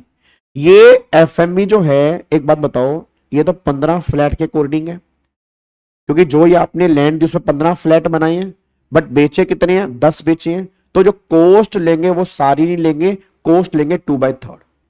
तो 210 लाख रुपए का हम अगर 2/3 यहां से करेंगे तो 140 लाख रुपए ये निकल के आएगा। ये हो गया। उसके बाद उसने बिल्डिंग कंस्ट्रक्ट की और हर एक फ्लैट की कॉस्ट है 10 लाख रुपए, तो 10 × 10 वो भी कॉस्ट लेके चलोगे 100, तो आप चेक करोगे 60 लाख रुपए तुम्हारे बिजनेस की इनकम आ रही है। 60 लाख रुपए तुम्हारी बिजनेस की इनकम निकल के आ रही है। Oh my god oh my god sir ji, sir ji, sir ji, एक बार अरुण सर को सारे बच्चे हैप्पी बर्थडे विश करेंगे भाई। सर आपसे इंस्पिरेशन ले रहे हैं, देखो आपसे बहुत कुछ सीख रहे हैं। एक बार सारे बच्चे अरुण सर को हैप्पी बर्थडे विश करेंगे। आज अरुण सर का बर्थडे है, शुभकामनाएं देंगे सारे बच्चे। Happy birthday sir, happy birthday, many many happy returns of the day. भगवान करें आप बहुत खुश रहें, तंदुरुस्त रहें, चुस्त रहें, और मैं कह रहा हूं सारी दुनिया चली जाए, आप अकेले घूमते रहें नहीं, आप तंदुरुस्त रहें, आप बहुत आगे बढ़े सर। ऐसे लोगों को, बच्चों को इंस्पायर करते रहें, और आपको देख के हम भी इंस्पायर हों, सारे बच्चे भी इंस्पायर हों। Thank you so much sir, इतना मोटिवेट करने के लिए हम सबको। आपसे हमें सर बहुत मोटिवेशन मिलता है। क्या बात है, क्या बात है, क्या बात है, सही है। चलो बहुत बढ़िया जी, जबरदस्त जबरदस्त। क्या देखो गिफ्ट दे रहे हैं सारे बच्चे आपको। ओ माय गॉड चलो अब एक बार सारे के सारे बच्चे फटाफट से यहां पे आ जाओ। इधर देखो ध्यान से, इधर देखो। अब एक बात को सोच के बताओ, अब यहां पे 60 लाख रुपए तुम्हारी बिजनेस की इनकम आ रही है। अच्छा अब ये 60 लाख रुपए तुम्हारी बिजनेस की इनकम आ रही है, क्या आपको नहीं लग रहा यहां पे कैपिटल गेन भी आएगा? सर 1 करोड़ क्यों माइनस किया? दिव्येश एक बात मेरे को बता, ये तो लैंड की वैल्यू है ना, जो हमने यहां पे माइनस किया वो लैंड का है। उसके ऊपर जो उसने बिल्डिंग बनाई, उसने बोला ना कि 10 लाख रुपए हर फ्लैट की कॉस्ट है। तो मेरा पूरी क्लास से क्वेश्चन है, जो सेल प्राइस है 300 लाख रुपए, वो तो पूरे फ्लैट का है ना, उसमें लैंड भी और बिल्डिंग भी है। अब लैंड की वैल्यू तो ये निकाल दी, तो बिल्डिंग की वैल्यू भी तो निकालनी पड़ेगी, और वो क्या 10 लाख रुपए हर फ्लैट की कॉस्ट है। तो 10 × 10 आप अगर कैलकुलेट करोगे तो यहां पे आपका 100 लाख रुपए निकल के आएगा। तो टोटल 60 लाख रुपए तुम्हारी बिजनेस की इनकम यहां पे आ रही है। डन। अच्छा एक बात मेरे को बताओ, ये 60 लाख रुपए तुम्हारी बिजनेस की इनकम आ रही है, अब हमें यहाँ पे कैपिटल गेन भी निकालने। अब हमें यहाँ पे कैपिटल गेन भी निकालने हैं। अब कैपिटल गेन की इनकम पे आओ। मेरे को सारे बच्चे बोल दो कैपिटल गेन के लिए सेल प्राइस क्या बनेगा। हेलो भाई साहब, ओए इधर। सर 100 लाख रुपए कैसे आया? मेरे नालायक बच्चे, 100 लाख रुपए ऐसे आया। 10 लाख रुपए एक फ्लैट की कॉस्ट है। तुमने 10 फ्लैट बेचे हैं तो एक फ्लैट 10 लाख रुपए का है, तो 10 फ्लैट कितने के होंगे? 100 लाख रुपए होंगे ना, ऐसे आएगा जी। स्नेहा टीडीएस का चैप्टर यूट्यूब के ऊपर ही है, आप एक बार चेक करो, वीडियो वाले में चेक करो, क्लास नंबर 31 होगा जी। 210 लाख सेल प्राइस बनेगा। 210 लाख, अच्छा नहीं नहीं नहीं नहीं ना ना ना ना ना ना ना ना ना ना ना ना 140 गलती से मत बोल देना भाई, यहां पे मेरे से मार वार खा लोगे। 140 सेल प्राइस नहीं है, वो तो कैपिटल गेन तुम्हारा 2/3 होगा। सेल प्राइस तो पूरा लोगे ना भाई, जितनी एफएमवी है वो तुम्हारा सेल प्राइस है। कैपिटल गेन टैक्सेबल कितना होगा? जितना तुमने स्टॉक इन ट्रेड बेचा, जितना तुमने स्टॉक इन ट्रेड बेचा उतना ही तो कैपिटल गेन टैक्सेबल करोगे ना। तो पहले कैपिटल गेन पूरा निकालोगे, फिर कैपिटल गेन पूरा निकालने के बाद जो 2/3 आएगा उतना कैपिटल गेन जो है वो टैक्सेबल करोगे। बस ये बात ध्यान दो। क्या बात मेरी समझ में आ रही है? अब एक बार यहां पे चेक करना, 200 यहां पे कितना आ रहा है जी? सेल प्राइस कितना आएगा? 210 लाख रुपए। तो सेल प्राइस जो वो यहां पे आएगा जी, अगर मैं चेक करूंगा 210 लाख रुपए सेल प्राइस आएगा। अब यहां पे मेरे को बताओ कॉस्ट कितनी आएगी जी। अब सारे बच्चे बोलो यहां पर कॉस्ट कितनी है? उसने परचेस कितने का किया? 35 लाख रुपए 4/5 में। तो एक बार निकालना, 35 लाख रुपए 4/5 में, तो 4/5 डिवाइड बाई 113। और आपने उसने कन्वर्जन कब किया जी? कन्वर्जन किया 21 मार्च 24 को, तो 23-24 का रेट कितना है? 348। तो ये आपका आ रहा है जी, आपका जो निकल के आ रहा है यहाँ पे आ रहा है 210 लाख में से यहाँ 10778761, यही आ रहा है। एक बार चेक करना, मेरा तो इतना आ रहा है 10778761, मेरा इतना निकल के आ रहा है जी। अब इसमें से माइनस करना 210 लाख रुपए, तो ये आ रहा है कैपिटल गेन जो आ रहा है 1,02,21,239 रुपए। एक बार चेक करना, ये कैपिटल गेन आ रहा है जी, 1,02,21,239 रुपए, ये मेरा कैपिटल गेन आ रहा है। अच्छा अब ये तुम्हारा कैपिटल गेन आ गया ना, अब ये तुम्हारा कैपिटल गेन आ गया, इसका अब 2/3 करना है। इसका अब ये पूरा कैपिटल गेन टैक्सेबल नहीं करना, इसका 2/3 टैक्सेबल करना है। क्यों इसका 2/3? क्यों? क्योंकि गवर्नमेंट ये बात कहना चाह रही है कि भैया उसने स्टॉक इन ट्रेड जो बेचा वो 2/3 बेचा, और अगर स्टॉक इन ट्रेड 2/3 बेचा है तो कैपिटल गेन भी 2/3 टैक्सेबल होगा। तो यहाँ पे 2/3 देख लो जी यहाँ पे, अब यहाँ पे 2/3 निकाल लो जी। तो इसका 2 डिवाइड बाई 3 करोगे तो ये आएगा 68,14,159 रुपए। तो 68,14,159 रुपए ही आएगा। अब मेरे को बताना उसने इन्वेस्टमेंट कहाँ पे की है जी?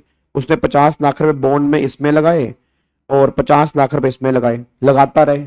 54 ईसी में मैक्सिमम एग्जम्पशन जो मिलती है वो 50 लाख की मिलती है। अब इसमें से 50 लाख रुपए 54 ईसी के माइनस कर दोगे जी, तो इसमें से 50 लाख माइनस करूंगा तो बैलेंस जो टैक्सेबल बचेगा वो बचेगा 11,81,400, मतलब 11,81,415 कुछ ऐसा बचेगा जी, 11,81,415 रुपए इतना बचेगा जी। गलत आ रहा है, 68,14,159 में से 50 लाख माइनस करोगे, सॉरी 18,14,159 रुपए ये आएगा जी, ये पॉइंट आएगा जी, ये हमारा कैपिटल गेन निकल के आएगा। बस ये बात ध्यान दो, ये क्वेश्चन इंपॉर्टेंट है भाई, ये क्वेश्चन इंपॉर्टेंट है, इसको एग्जाम के लिए इंपॉर्टेंट मार्क कर सकते हो जी, इसको आप एग्जाम के लिए इंपॉर्टेंट मार्क कर सकते हो। क्वेश्चन इंपॉर्टेंट है, इसको आप एग्जाम के लिए इंपॉर्टेंट मार्क कर सकते हो जी, एग्जाम के अंदर बन सकता है वाला question. Done sir. Capital gain के कॉन्सेप्ट याद कैसे रखें, बार बार रिवाइज करोगे जी? सर एक बार कल का होमवर्क का क्वेश्चन का आंसर बता दीजिए। अनुष्का मैंने सबसे पहले वही तो बताया, मैंने सबसे पहले स्टार्टिंग ही मैंने उससे की है कि 3,95,000 रुपए का डीम डिविडेंड है और 5,60,000 रुपए का कैपिटल गेन है जी। इसकी प्रेजेंटेशन तुम्हें दिखाऊं? इसकी प्रेजेंटेशन अगर तुम यहां पे देखना चाहते हो तो मैं तुम्हें प्रेजेंटेशन एक मिनट, ये एक बार अभी तुम्हें 2 मिनट में प्रेजेंटेशन दिखा रहा हूं राहुल, बस 2 मिनट के लिए रुक जाओ, 2 मिनट के लिए रुक जाओ, मैं तुम्हें अभी प्रेजेंटेशन दिखा रहा हूं, ठीक है, 2 मिनट रुक जाओ बस। अब एक बार क्वेश्चन नंबर ना 55 देख लो, एक बार बस, एक बार क्वेश्चन नंबर 55 देख लो, फिर मैं तुम्हें प्रेजेंटेशन दिखा रहा हूं। सारे बच्चे एक बार क्वेश्चन नंबर 55 देखेंगे जी, सारे बच्चे एक बार क्वेश्चन नंबर 55 देखेंगे। सर अब इसमें स्कीम लगाने के लिए सेल ऑफ स्टॉक की डेट देखेंगे या date of conversion date of conversion transfer देखेंगे। ट्रांसफर हमें देखना, ट्रांसफर 23 जुलाई 24 से पहले है तो ओल्ड लॉ लगेगा, ट्रांसफर 23 जुलाई 24 से उसके बाद है तो फिर नया लॉ लगेगा जी। आपने श्योर एग्जाम में आएगा मॉड्यूल, अच्छा वो वाला क्या, कौन सा, मेरे को तो याद भी नहीं है वो, मियाँ जी कौन सा क्वेश्चन कह रहे हो। चलो एक बार अभी देखता हूं। वैसे आंसर ना क्वेश्चन बैंक में तुम्हें दिए हुए हैं, जो आंसर है ना वो क्वेश्चन बैंक में सारे दिए हुए हैं। होमवर्क सर क्वेश्चन 20 था, अच्छा हाँ तो वो तो तुम्हें, अबे वो तो तुम्हारी बुक में भी दिया हुआ है, क्वेश्चन बैंक में भी दिया हुआ है ये वाला क्वेश्चन ना। इसका टेक्स्ट तो बनेगा ही नहीं, इसका टेक्स्ट तो नील बनेगा, इसमें लॉस आ रहा है एक में, इसका टेक्स्ट नील बनेगा। ये तो तुम्हारी बुक में भी दिया हुआ है, तुम्हारे क्वेश्चन बैंक के अंदर भी दिया, उसका आंसर तो उसके पीछे दिया हुआ है। चलो एक बार पहले मेरे को क्वेश्चन 55 करके बताओ। कल सुदर्शन बैच जीएसटी का 12:30 बजे है। अब एक बार पहले ना फटाफट से मेरे को इधर देखो ध्यान से, एक बार पहले क्वेश्चन नंबर 55 करके दिखाओ वो क्या कह रहा है। कह रहा है mister Kumar has an agriculture land costing जो है वो 6 लाख रुपए की है in Lucknow and has been using it for agriculture purpose since 1 April 2001। On 1/8/2010 को the government took over compulsory acquisition of this land and 10 lakh rupees was fixed as compensation in respect of such acquisition. The compensation was received by Mr. Kumar on 1 जुलाई 2024. अब वो ये बात कह रहा है compute the amount of capital gain taxable in the hands of mister Kumar. अब मेरे को सारे बच्चे फटाफट से बोलो कैपिटल गेन की टैक्सेबिलिटी बताओ। पहले मेरे को ये बताओ ये क्वेश्चन किस सेक्शन का है। मेरे को सारे बच्चे बस ये बोल दो ये क्वेश्चन किस सेक्शन का है, जल्दी बोलो ये क्वेश्चन किस सेक्शन का है। जो बच्चा पहले बताएगा उसको एक इनाम मिलेगा, जो बच्चा पहले मेरे को आंसर बताएगा उसको एक इनाम मिलेगा। ये बता दो बस क्वेश्चन नंबर किस सेक्शन का है। गलत 54 इसी का, नालायक 54 इसी का नहीं है ये क्वेश्चन 54 इसी का नहीं है। जल्दी बताओ किसका है। अबे एग्रीकल्चर लैंड वाला कॉन्सेप्ट तो है अनुष्का, कौन सेक्शन कौन सा है, नहीं याद करो 1037। आपको याद है 1037 कि इंडिविजुअल एचएफ हो, एग्रीकल्चर लैंड हो, अर्बन एरिया में हो, गवर्नमेंट ने कंपलसरी एक्वायर कर ली हो, पिछले 2 साल से तुम एग्रीकल्चर पर्पस में यूज कर रहे हो, तो वहां से आने वाले सारे के सारे कैपिटल गेन जो है वो एग्जम्प्ट हो जाएंगे। ये क्वेश्चन 1037 है। हाँ अगर 1037 में नहीं आता फिर 45(5) में कंपनसेशन जो है वो टैक्सेबल होता है। बट यहां पे आप देखो एग्रीकल्चर लैंड है, ठीक है, उसके बाद एग्रीकल्चर पर्पस में यूज कर रहे हो, लखनऊ के अंदर है, गवर्नमेंट ने कंपलसरी एक्वायर की है और फिर तुम्हें यहां पे कंपनसेशन मिल रहा है और यूज आप कर रहे हो 1 अप्रैल 2001 से। तो भाई साहब 1037 में सारे के सारे कैपिटल गेन जो है वो एग्जम्प्ट है, 1 रुपया भी कैपिटल गेन तुम्हारा टैक्सेबल नहीं है। फिर वो कह रहा है will your answer be different if mister Kumar had by his own will sold this land to his friend mister Sharma. अब एक बात बताओ, याद है 1037 कब लगता है? 1037 सिर्फ तब लगता है अगर गवर्नमेंट ने मेरी लैंड कंपलसरी एक्वायर की हो। अगर वो लैंड खुद मैंने अपनी मर्जी से बेची है तो 1037 एप्लीकेबल नहीं है। फिर अगर मैंने अपनी मर्जी से बेची है ना, फिर वहां पे कैपिटल गेन टैक्स लगेगा और फिर वहां पे 45(5) की बातें हो सकती हैं या नॉर्मल कैपिटल गेन लगेगा, बट 1037 में एग्जम्प्ट नहीं होगा, क्योंकि 1037 में अगर गवर्नमेंट कंपलसरी एक्वायर कर रही है तब एग्जम्प्ट होगा, अदरवाइज नहीं होगा। बस ये पर ध्यान दो। उसके बाद देखो जी, will your answer be different if mister Kumar has not been use this land for agriculture. अब अगर एग्रीकल्चर एक्टिविटी में यूज ही नहीं कर रहा, अगर वो एग्रीकल्चर एक्टिविटी में यूज ही नहीं कर रहा तो 1037 में एग्जम्पशन क्यों मिलेगी? अगेन 1037 में कवर नहीं होगा, टैक्सेबल होगा। फिर वो कह रहा आपका आंसर अलग होगा अगर ये एबीसी लिमिटेड। अभी मैंने क्या बोला, 1037 मिलता ही कब है? जब वो इंडिविजुअल एचएफ हो। अब ये बात करें कंपनी, तो कंपनी वाले केस में 1037 है ही नहीं है, कंपनी वाले केस में 1037 है ही नहीं है, तो इसमें 1037 में एग्जाम्प्ट नहीं होंगे, यहां पर भी कैपिटल गेन टैक्सेबल होगा, बस ये पर ध्यान दीजिए। क्या बात में समझ में आ रही है? तो एक ये डाउट था बच्चे का यहाँ पे, ठीक है। क्वेश्चन नंबर 51 डाउट मैंने ले लिया है। उसके बाद फिर यहाँ पे एक डाउट और था, उसको फटाफट से ले लेते हैं। और जिनके भी डाउट्स हैं, रोना नहीं, ओए ओए रोना नहीं है, रोना नहीं है, अपने डाउट्स आप रखो और इस वीडियो के कमेंट बॉक्स में फिर डाल देना। इस वीडियो के, मैं दोबारा बोल रहा हूँ, कमेंट बॉक्स में डालना। देखो आप ना यहाँ पे पूछोगे तो कई बार मैं इग्नोर कर देता हूँ, क्योंकि ऑलरेडी मेरे पास डाउट पेंडिंग पड़े होते हैं। आप अगर कमेंट बॉक्स में डालोगे ना, आप अगर कमेंट बॉक्स में डालोगे तो फिर मैं वो स्क्रीनशॉट लेके लिख लेता हूं। तो अगर अभी भी किसी के डाउट्स बचे होंगे, ऑब्वियस सी बात है, तो इस वीडियो के कमेंट बॉक्स में डाल देना। जैसे पहले तो अच्छा सा मैसेज डालोगे, thank you Gaba sir, love you Gaba sir, मजा आ रहा है गाबा सर, कॉन्फिडेंस बढ़ रहा है गाबा सर खतरनाक चल रही है, फिर नीचे डाल देना डाउट। समझ रहे हो भावना मेरी, समझ रहे हो? हाँ बहुत बढ़िया जी। हाँ यार, एक हाउस प्रॉपर्टी का डाउट आया था, एक ना हाउस प्रॉपर्टी का डाउट आया था, वो हाउस प्रॉपर्टी का डाउट, वो आपने इंटरेस्ट वाला एक बच्चे ने डाउट पूछा था, एक ना इंटरेस्ट वाला डाउट पूछा था हाउस प्रॉपर्टी का। मैं आपकी बात से, मेरे को क्वेश्चन ध्यान नहीं आ रहा, वो आपने मुझसे हाउस प्रॉपर्टी का डाउट पूछा था, I think page number 9.26, page number 9.26, page number 9.26।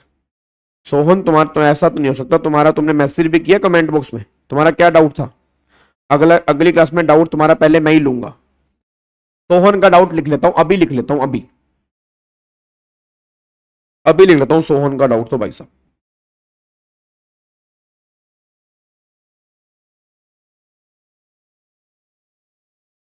आपने इसमें क्वेश्चन नंबर 14 क्या था, एक क्वेश्चन था यहाँ पे,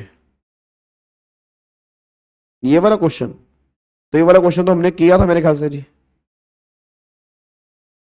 ये वाला क्वेश्चन तो हमने शायद किया था। जुकाम हो गया भाई, भाई साहब जुकाम हो गया भाई मेरे, भाई साहब जुकाम हो गया भाई मेरे, क्या हो गया भाई? कौन सा पेज नंबर में था डाउट भाई साहब, क्या हो गया भाई मेरे? बेरा कोना पाटा है और मारी छोरियां छोरों तक कम है के, वो दिक्कत ना है भाई मेरे। हाँ जी चलो, तो ऐसा करते हैं, अब सोहन का डाउट सर आप खुद चेक करना, हर लेक्चर में नीचे कमेंट करा है, ओ माय गॉड। अरे सोहन, जब मैं तुमसे पूछ रहा हूं तो मेरे को बता दो ना, गुस्सा काहे खा रहे हो, गुस्सा क्यों कर रहे हो तुम मेरे को, तुम मुझे गुस्सा क्यों कर रहे हो, बस मेरे को ये बता दो जी, ठीक है। चलो अब इधर सुनो ध्यान से, अब एक बार क्वेश्चन नंबर 14, आज की क्लास का लास्ट क्वेश्चन। कईयों के दिल बन गए, कईयों के दिल टूट गए, जिनके दिल टूट गए वो अपना डाउट इस कमेंट बॉक्स में डाल दें, उनके दिलों को हम फिर रखेंगे, सबके दिल जोड़ूंगा जितना हो सकता है, बाकी कोशिश पूरी करूंगा, बस ये पर ध्यान दो जी। अभी आज की क्लास का लास्ट क्वेश्चन है, जिनको समझना है वो बैठे रहे, जिनको नहीं समझना वो जा सकते हैं, बट सारे बच्चे लाइक जरूर करके जाएंगे। और मैं दोबारा बोल दूं, कल वाली क्लास हमारी पीजीपी की है, तो कल मैं उसको प्राइवेट करूंगा, तो प्लीज आपसे रिक्वेस्ट है सारे बच्चे जरूर आ जाना जी, ठीक है जी। चलो इधर देखो ध्यान से जी, अब एक बार सारे के सारे बच्चे फटाफट से यहां पे आओ जी। तो mister Vikas own a house property whose municipal value fair rent standard rent 96 वेक 26 एक 8 पर एनम दे रखे during the previous 24-25 1/3 portion of house was let out for residential purpose at a monthly rent 5,000, remaining 2/3 portion self occupied है। तो पहली बात तो आपको इसका फिर 1/3 करना है, क्योंकि 2/3 तो सेल्फ ऑक्यूपाइड है। अब 2/3 अगर सेल्फ ऑक्यूपाइड है, 2/3 अगर सेल्फ ऑक्यूपाइड है तो 2/3 की जीएवी नील है, 2/3 की जीएवी क्या है? नील है। अब अगर 2/3 की जीएवी नील है, मैं दोबारा बोलूंगा, अगर 2/3 की जीएवी नील है तो सेल्फ ऑक्यूपाइड की तो जीएवी नील है, हमें लेट आउट वाले पोर्शन की लेनी है। तो 96,000 का आप 1/3 निकाल लो, क्योंकि 1/3 लेट आउट है। 1,26,000 रुपए का 1/3 निकाल लो, 1,08,000 रुपए का 1/3 निकाल लो। तो यहां पे अगर मैं देखूंगा तो 96,000 का 1/3 डिवाइड बाय 3 कितना आएगा? ये आएगा 32,000, ये 32,000 आएगा। फिर 1,26,000 रुपए का 1/3, ये आएगा 42,000। फिर यहाँ पे 1,08,000 रुपए का 1/3 क्या आएगा 36,000। ठीक है, तो यहाँ पे फेयर रेंटल वैल्यू और एमवीबी चेवर इज हायर, इसमें से लेस कितना हो गया 36, तो मेरा AR जो आ गया वो 36 आ गया। फिर मंथली रेंट कितने 5,000 रुपए। ठीक है, construction of the house began in June 17 was complete in 31 May 20 को। ठीक है, विकास टुक ए लोन 1 लाख रुपए 1 जुलाई 17 को फॉर कंस्ट्रक्शन ऑफ बिल्डिंग। ठीक है जी, he paid interest at the rate 12% per annum and every month such interest was paid. ठीक है, compute income from house property आपको निकालनी है। अब मेरा पूरी क्लास से क्वेश्चन है, सारे बच्चे एक बात बताओ यार, यहाँ पे 5,000 पर मंथ किराया मल्टीप्लाई 12 60,000 पे आ गया, तो 60,000 में मेरे ख्याल से AR ज्यादा है, तो अगर AR ज्यादा है तो AR ही GAV होगा। अगर AR ज्यादा है तो AR ही GAV होगा, तो 60,000 पे तुम्हारी यहाँ पे GAV बनेगी, 60,000 पे क्या बनेगा GAV बनेगी। म्युनिसिपल टैक्स कितना है 11% है, तो भैया म्युनिसिपल वैल्यू जो हमने निकाली है वो कितनी है 32,000, तो 32,000 रुपए का 11% निकालोगे, तो 32,000 रुपए का 11% निकालोगे तो ये 3,520 रुपए की म्युनिसिपल टैक्स हो गया। अब GAV तुम्हारी कितनी आ रही है 60,000, 3,520 रुपए का म्युनिसिपल टैक्स है, तो 60,000 माइनस 3,520 रुपए, तो ये आ गया 56,480। इसका 30% इसमें से माइनस कर दो, NAV पे 30% स्टैंडर्ड डिडक्शन। अब इसमें से इंटरेस्ट माइनस करना है। अब मेरे को सारे बच्चे बोलो इंटरेस्ट यहां पर कितना आएगा। अब यहां अगर मैं इंटरेस्ट की बात करता हूं, इंटरेस्ट मेरा कितना आएगा, तो यहाँ पे जुलाई 17 है, यहाँ पे 17 18 यहाँ पे 19 यहाँ पे 20 यहाँ पे 21। अब यहाँ पे हमें करना है असेसमेंट ईयर 25-26, तो यहाँ पे मान लो फॉर एग्जांपल 17 18 19 20 21 और ये 22 हो गया। तो इसने घर कंप्लीट किया यहाँ पे घर कंप्लीट किया, पहला दूसरा तीसरा चौथा। ठीक है, तो यहां तक ये वाला प्री है। अब ये वाला जो है वो प्री है, तो 12% पर एनम है और 1 लाख रुपए का लोन है, तो 12,000 रुपए यहां हो गया, 12,000 रुपए यहां हो गया। बट इस महीने जुलाई अगस्त सितंबर अक्टूबर नवंबर दिसंबर जनवरी फरवरी मार्च, तो 9,000 रुपए का इंटरेस्ट यहां पे हो गया जी। अब प्री वाला चेक करना कितना आ गया जी, 12,000 प्लस में 12,000 प्लस में 9,000, तो 33,000 रुपए प्री वाला आ गया। डिवाइड बाय 5 कर दोगे तो ये हो गया 6600 रुपए। अब 6600 रुपए तो प्री वाला हो गया और 12,000 रुपए करंट ईयर का हो गया। भाई 12,000 रुपए तो करंट ईयर का हो गया और 6600 प्री वाला हो गया, तो 12,000 और 6600, तो अगर आप चेक करोगे 18,600 रुपए, 18,600 रुपए का टोटल इंटरेस्ट आ रहा है।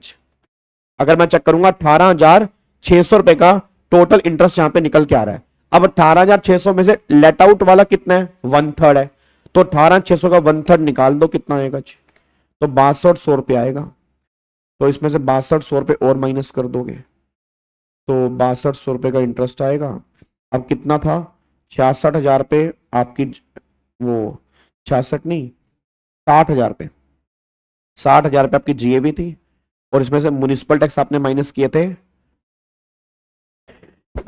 सॉरी म्युनिसिपल टैक्स आपने माइनस किए थे 3,520 रुपये, तो 60,000 माइनस में 3,520, इसमें से ये बन गया 56,480 माइनस में 30% और माइनस में आपने कितना निकाला अभी यहाँ पे इंटरेस्ट निकाला आपने 6200 रुपये।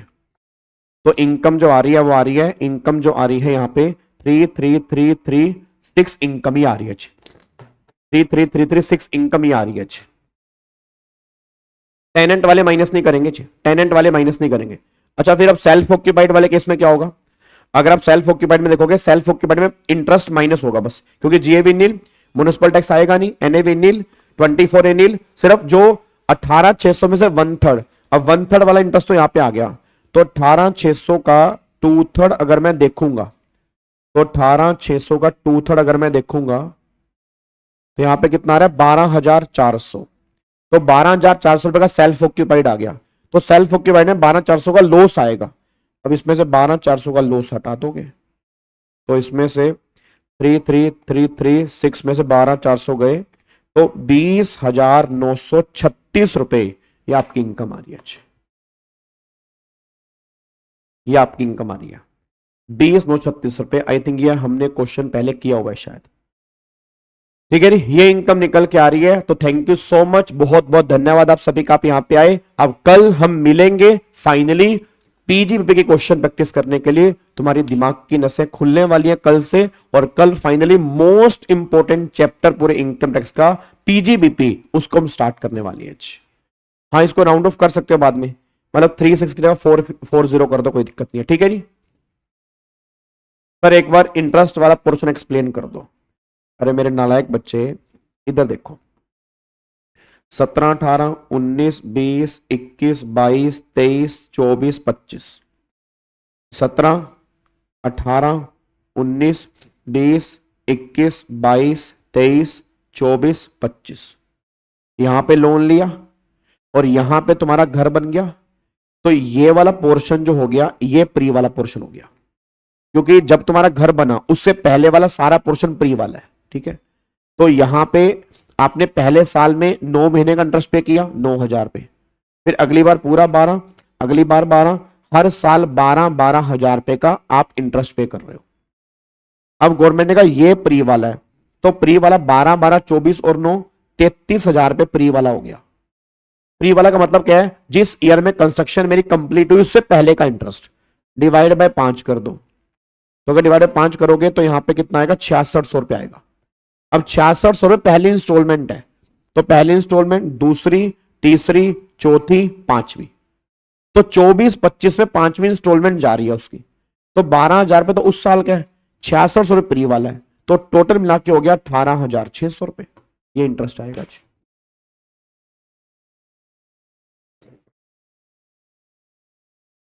रूरल लैंड क्यों एज्यूम कर रहे हैं, मतलब रूरल को रूरल क्यों एज्यूम कर रहे हैं, समझा नहीं मैं।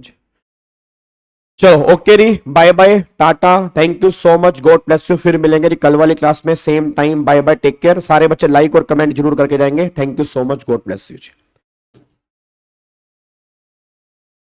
बाय बाय जी।